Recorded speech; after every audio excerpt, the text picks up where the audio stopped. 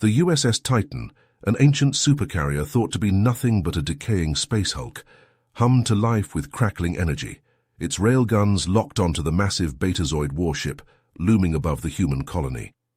The galaxy was about to remember why you never provoke mankind to war. Another drink, human? A blue-skinned Betazoid slid onto the bar stool next to Daniel Powell, eyeing the grizzled veteran's tattered pressure suit. Around them, humans and aliens caroused in Way Station 317's dimly lit cantina, a respite between trade runs. Daniel glanced at the young officer's crisp uniform. "I don't take drinks from Betazoid pups barely out of the cradle," he growled. "Lieutenant Knox." The Betazoid extended a hand, unfazed. "I heard you served on the Titan. I want to hear the real story before your kind dies out." A mirthless chuckle. "Awful confident, considering last time you pricks went toe-to-toe with us." "Maybe the drink will jog your memory." Knox motioned the bartender over. "The Titan's just a stripped shell now." "Son, that stripped shell made your shiny little empire piss itself." Daniel slammed back the drink, relishing the burn.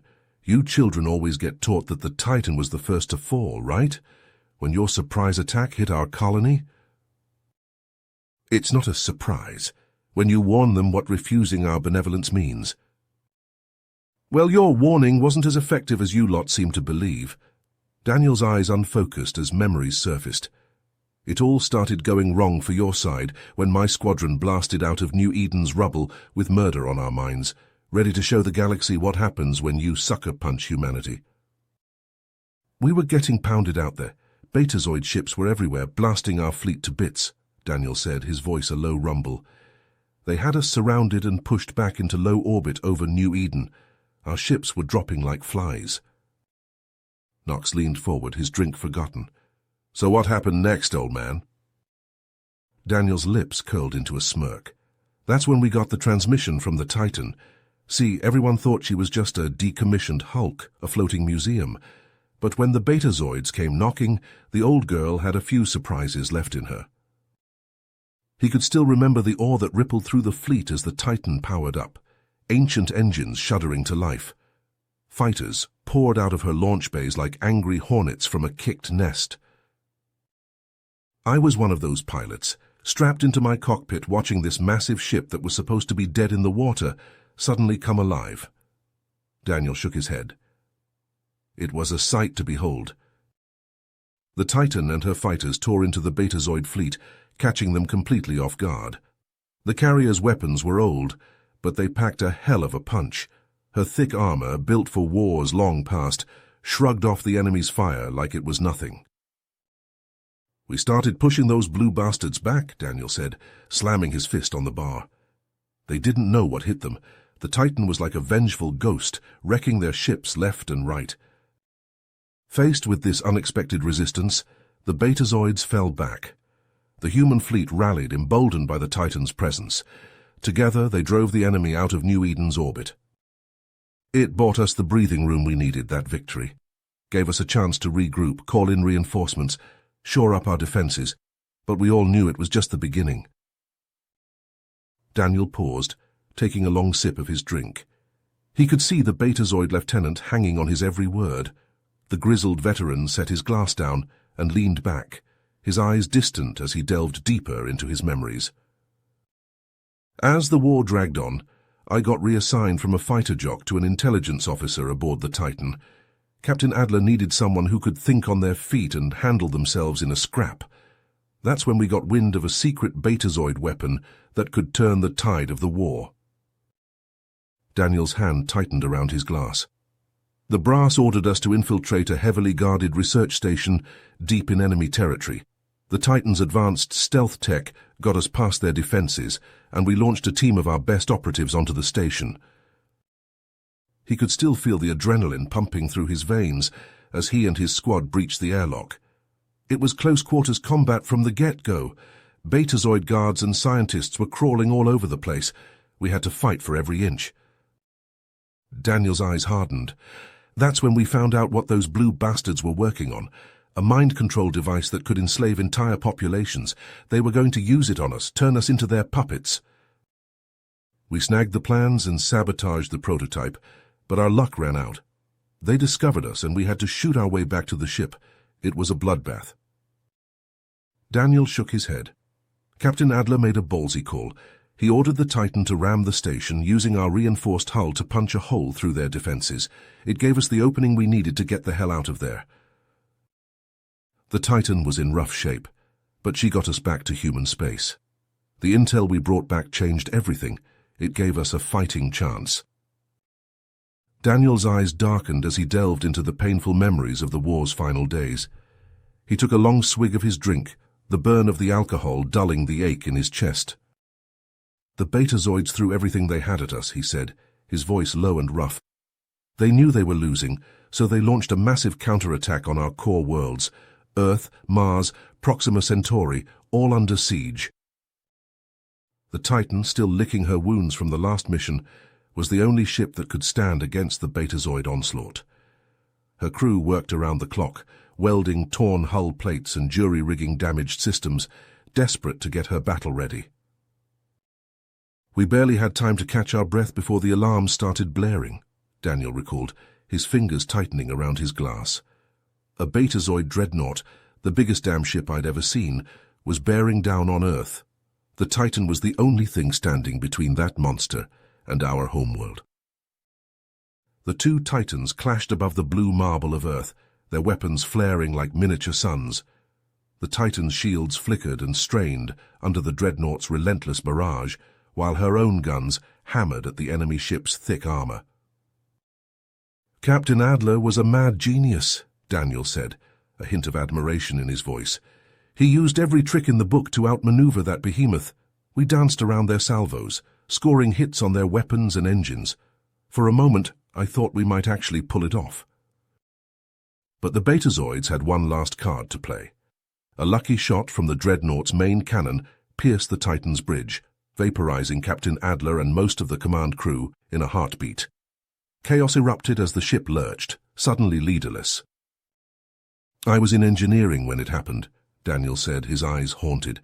The whole ship shuddered like a wounded beast. I ran to the bridge, praying that someone had survived, but when I got there... He trailed off, the memory still raw. The bridge was a charnel house, the air thick with the stench of burnt flesh and melted metal. Consoles sparked and smoked, the view screen a spider's web of cracks. And in the center of it all, the captain's chair stood empty, a silent testament to their loss. I was the highest-ranking officer left, Daniel said, his voice hollow. I had to take command. The dreadnought was bearing down on us, its guns glowing hot. We were dead in the water, our shields failing. I had seconds to make a decision. He looked down at his hands, remembering the weight of that moment. The lives of his crew, the fate of Earth itself, all resting on his shoulders. He knew what he had to do. I gave the order to ram the dreadnought, he said, his voice barely above a whisper. It was the only way to take that monster down with us. We poured everything we had into the engines, aiming straight for their belly. The collision was cataclysmic. The two ships merged in a blinding flash of light, their hulls crumpling like tin foil. The shockwave rippled out across the battlefield, sending smaller ships tumbling end over end. I remember the heat, Daniel said, his eyes distant. The sound of metal tearing, the screams of the dying. I was thrown from my chair, my head slamming into the console. Everything went black. He paused, his hand drifting to a jagged scar on his temple. I woke up in an escape pod, my body broken and bleeding. The Titan, the dreadnought, they were gone, just a cloud of debris where they'd been.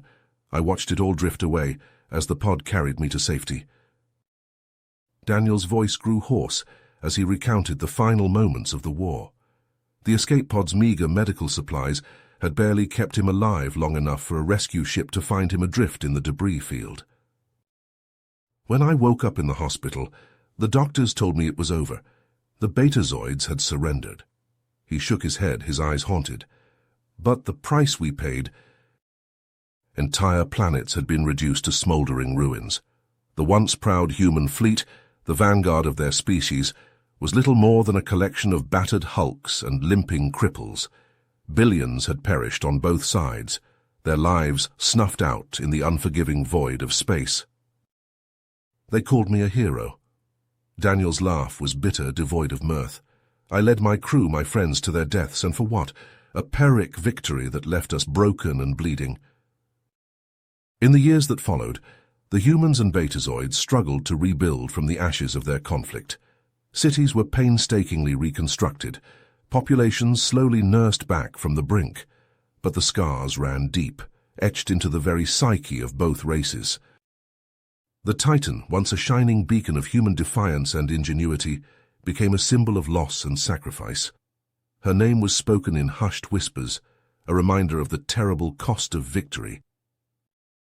Daniel met Nox's gaze, his eyes filled with a profound weariness.